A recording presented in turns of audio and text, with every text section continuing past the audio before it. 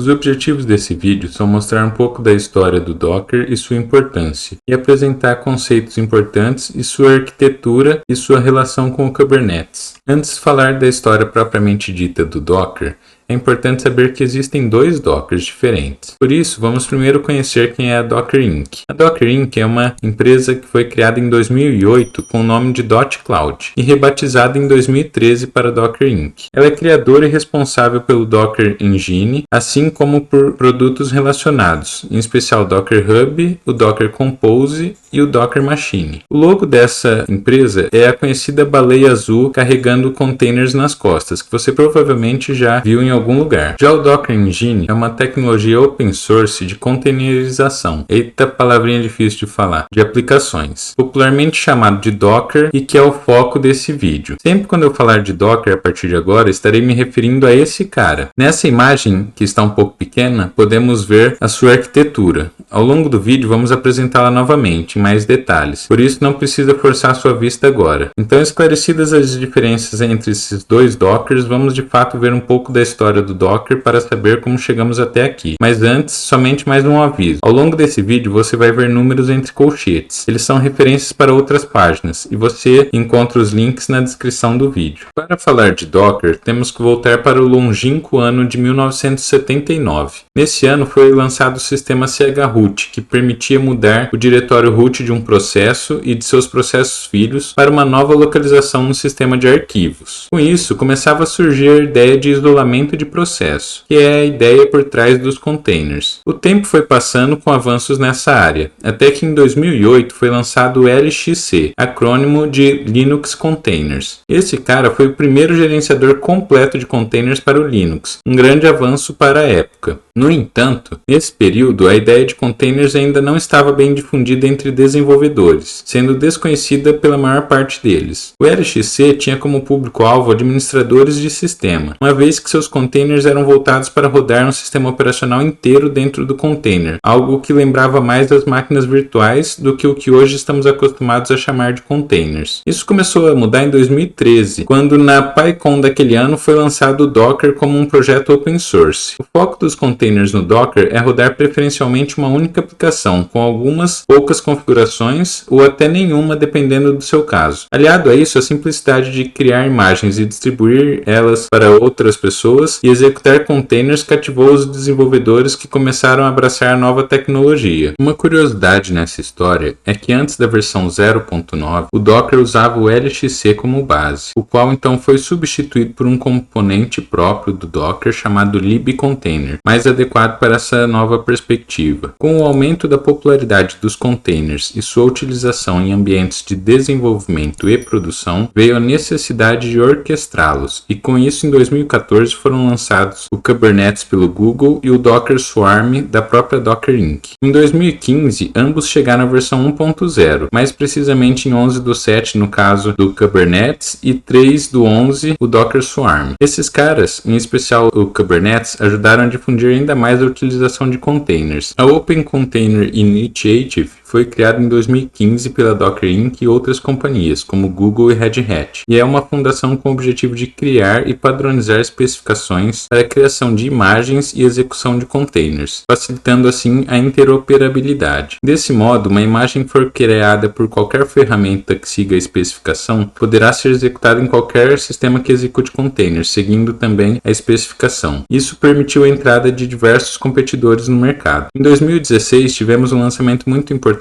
por parte da Docker Inc. foi o Containerd. Esse cara é responsável por efetivamente executar e supervisionar os containers, além de baixar e enviar imagens. Ele é usado no Docker, mas outros produtos também podem fazer uso dele, como é o caso do Kubernetes. Veremos isso com mais detalhes em outros vídeos. É importante dizer que o Containerd segue as especificações da OCI. O fato dele ter se tornado open source permitiu que outras companhias além da Docker Inc. fizessem contribuições, o que levou a uma evolução mais rápida dele beneficiando tanto o próprio Docker quanto outras ferramentas. No final de 2016, a equipe do Kubernetes anunciou o Kubernetes Container Runtime Interface, conhecido como Kubernetes CRI, para permitir que o Kubernetes utilizasse diferentes agentes de execução de containers. Essa interface é utilizada pelos agentes de execução de containers para se comunicarem com o Kubernetes. Sendo assim, se surgir um novo agente, basta que ele utilize essa interface e ele poderá ser utilizado para executar os containers que rodam no Kubernetes. Para finalizar a história, considerando a parte importante nesse momento, em 2017 foi lançado outro projeto open source pela Docker Inc., chamado Mob, que é um framework para auxiliar a criação de sistemas de gerenciamento de containers. E assim como no caso do Containerd, foi mais um passo para a popularização da utilização de containers. Agora que conhecemos a história do Docker, vamos ver o quão importante ele é. Na figura, podemos ver a evolução do interesse pelo Docker medida pelo Google Trends desde 1º de janeiro de 2013 até a data de hoje. É possível perceber um contínuo aumento de interesse até meados de 2019 e um interesse ainda bastante expressivo até setembro de 2020, o que demonstra já uma maturidade da tecnologia. Agora que já sabemos que o Docker é bastante utilizado, vamos ver alguns conceitos importantes e ver como é a arquitetura dele. Mas antes, vamos relembrar o vídeo anterior e entender como é a arquitetura dos containers. O Docker é uma camada que é executada sobre o sistema operacional e expõe uma virtualização dele para os containers, que são compostos de binários e bibliotecas e das aplicações que vão rodar no container. Com isso, containers conseguem ser executados bem rápido, uma vez que o sistema operacional já está pronto para o uso. Mas para entender como toda essa mágica acontece, vamos conhecer alguns conceitos importantes dos containers e do Docker. O primeiro conceito que temos que entender é o Dockerfile.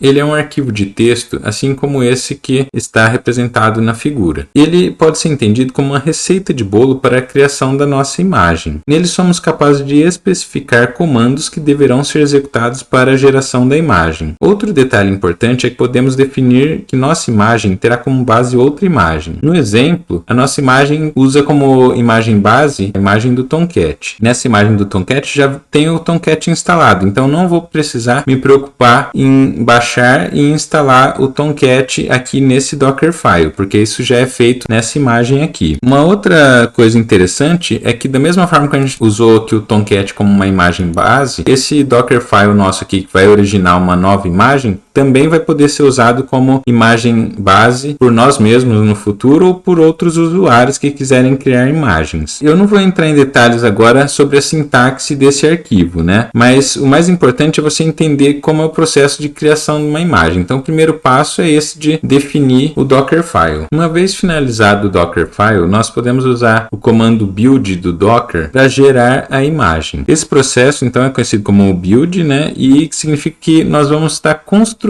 essa imagem, ou seja, vão ser executados os passos que foram definidos aqui e vai ser gerada a imagem. No nosso exemplo, eu coloquei aqui que a gente gerou uma imagem do Apache Tomcat++, né? Porque, por exemplo, ele vai ter, além do Tomcat, a nossa aplicação, a aplicação que a gente quer rodar aqui. Então, do Dockerfile, a gente chega na imagem. Uma vez gerada a imagem, a gente consegue dar o comando docker run e inicializar novos containers, né? A gente pode inicializar vários containers a partir de uma única imagem. Então aqui no caso, no exemplo, estão sendo inicializados 3 containers. O comando docker run que inicializa os nossos containers a partir de uma imagem. Então agora que nós vimos o que é Dockerfile, imagem e containers, vamos olhar a arquitetura do Docker. O Docker é composto basicamente por 3 componentes, os quais podem estar todos em uma mesma máquina ou máquinas diferentes. O primeiro componente é o client, que permite que executemos comandos como o Docker pull e o Docker run.